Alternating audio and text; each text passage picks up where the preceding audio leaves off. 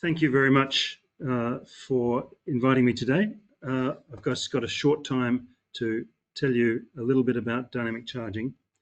I'm from the Centre for Sustainable Road Freight, which is a combination of engineering and logistics, and I think we have a strong focus on the logistics side of this problem, and we think it's very important. When we think about deliveries of charging of vehicles, we can think about the backbone motorway network and deliveries to cities. Deliveries to cities, I think we won't worry about today. They are being electrified rapidly. But it's the motorway deliveries, the motorway logistics that we need to think about. You can charge vehicles at truck stops. You can charge vehicles at warehouses, and that looks something like this. There may be 50 loading bays on that warehouse. It's possible to do battery swapping. I'm not going to dwell on that, but I don't think that's going to be a thing in Europe. It's not favored at all by the European OEMs, and if they don't like it, it's not going to happen. You can do dynamic charging. There's really two dynamic charging contenders. I think, sorry, I've got a fire alarm. I don't know if you can hear that. That's a fire drill. There's really two contenders that make sense. Both are conductive. One is overhead contact lines, and the other is in-road conductive systems, which have minimal losses. I think they're the most likely systems. The problem with battery electric logistics is that there are two penalties, logistics penalties. There's a mass penalty for those vehicles which carry mass limited loads, which is about a third of trucks in the UK. We can run a 44-ton 6-axle diesel vehicle which carries up to 29 tons. We can run a 42-ton 5-axle BEV which carries up to 22 tons. And the payload loss is therefore about 24%. And that is a very significant thing. That means you need 4 BEVs to move the same freight as 3 diesels. So that's 33% extra cost. That's for mass limited loads. If you're carrying heavy stuff like cement or sugar or oil or steel, construction materials, if you would normally run at 44 tons, now your logistics is going to cost you 33% more approximately. That's very significant because the logistics industry, the carriers operate with an operating margin of 2 or 3%. I don't need to tell you that. So nobody can afford 33% additional cost on their logistics journeys, and that is the situation with mass limited diesel operations, converting them to BEVs at the moment. There's another penalty, which is a time penalty. A battery electric vehicle can drive for 4 hours, which is about 300 kilometers between charges. You then have to charge for an hour. So that's 1 hour out of 5 when you have to charge, which is 20% of the time.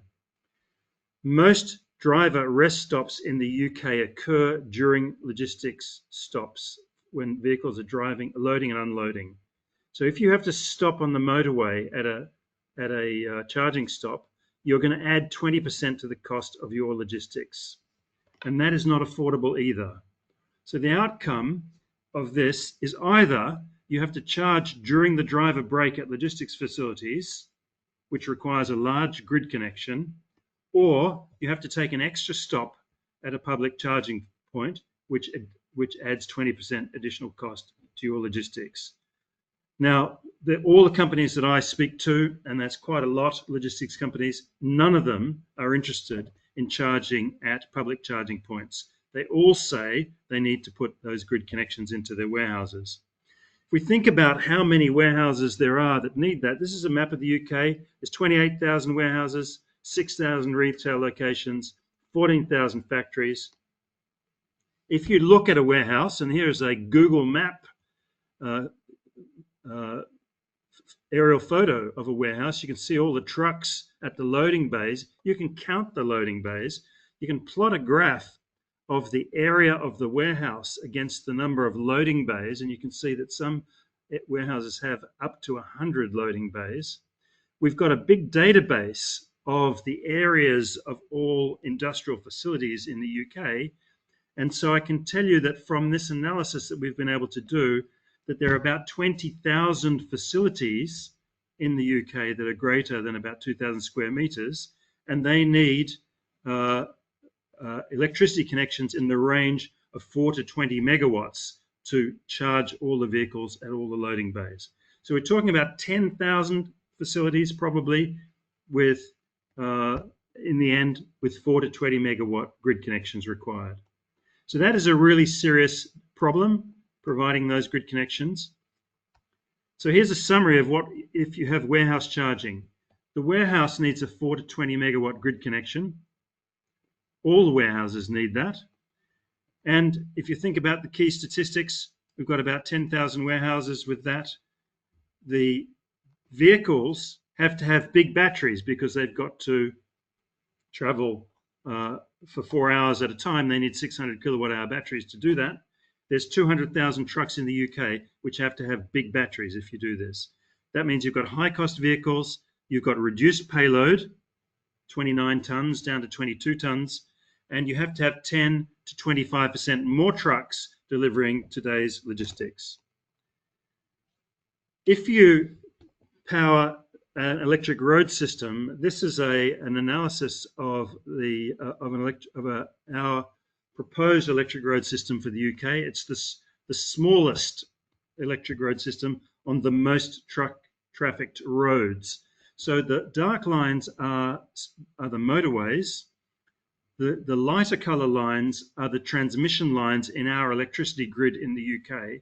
And the coloured dots are places where you can place where the electricity grid crosses the motorway and where you can reasonably site a large substation, power substation. And if you calculate the power needs of ERS substations, which power the section of road in the vicinity of each of these little substations, that you can color code them and you can see they're up to 300 megawatt substations that you need in order to provide the power to the vehicles on that section of road, according to the amount of traffic of truck traffic that uses that road. When you do the analysis, this ERS requires 64 grid connections. So you've gone from 10,000 grid connections in warehouses to 64 large-scale grid connections at the locations where the electricity network crosses the highway. And that is a much more plausible thing to do in a single shot. So the dynamic charging arrangement, you have a large grid connection like this one at the point where the motorway crosses the transmission line, and then you have a private wire which runs up and down the motorway and feeds electricity into the network. So here you have 64 300 megawatt grid connections. You have small batteries in all of your 200,000 trucks running around the UK at any one time. That means you have low-cost vehicles. They can carry the full payload, and they do their logistics as per today. They charge and they power themselves from the electric road system on the motorway. So here's the conclusions of this. You can get 42-ton BEVs now, but with substantial payload loss. Electric logistics is doable, but with time and weight penalties, which mean that we need something between 10 and 25% increase in logistics costs. And this is an industry which runs with 5% profit margin, so it cannot afford to do this. Charging is the challenge. Truck stop charging is necessary but not sufficient. Warehouse charging is essential for reasonable journey costs. If you do warehouse charging, you need about 10,000 electricity grid connections, and that is a potential serious blocker to electrifying road freight in the UK and Europe. The combination of battery electric vehicle plus ERS gives you the lowest cost, the lowest carbon, and the lowest weight system. It reduces battery sizes by anything between a factor of 2 and 4. It eliminates the loss of payload on mass limited trucks. The logistics is essentially as now, and there's headroom for fuel tax recovery by the government. It also eliminates most static charging and more than 10,000 grid connections at warehouses. So these logistics cost penalties must be overcome for widespread rollout of EVs. The logistics industry will not invest in EVs unless it can do it at the same cost as diesel operations. So we need to address the weight and cost penalties, and particularly the blocker of warehouse charging, which is almost impossible to do at the scale of 10,000 grid connections in the 4 to 20 megawatt range. The queue for grid connections in the UK is currently up to 14 years. There's no way that the electricity system can support another 10,000 grid connections of that scale. So that's not going to happen. The only way we can move forward with this actually is the ERS. I'll finish there. Thanks.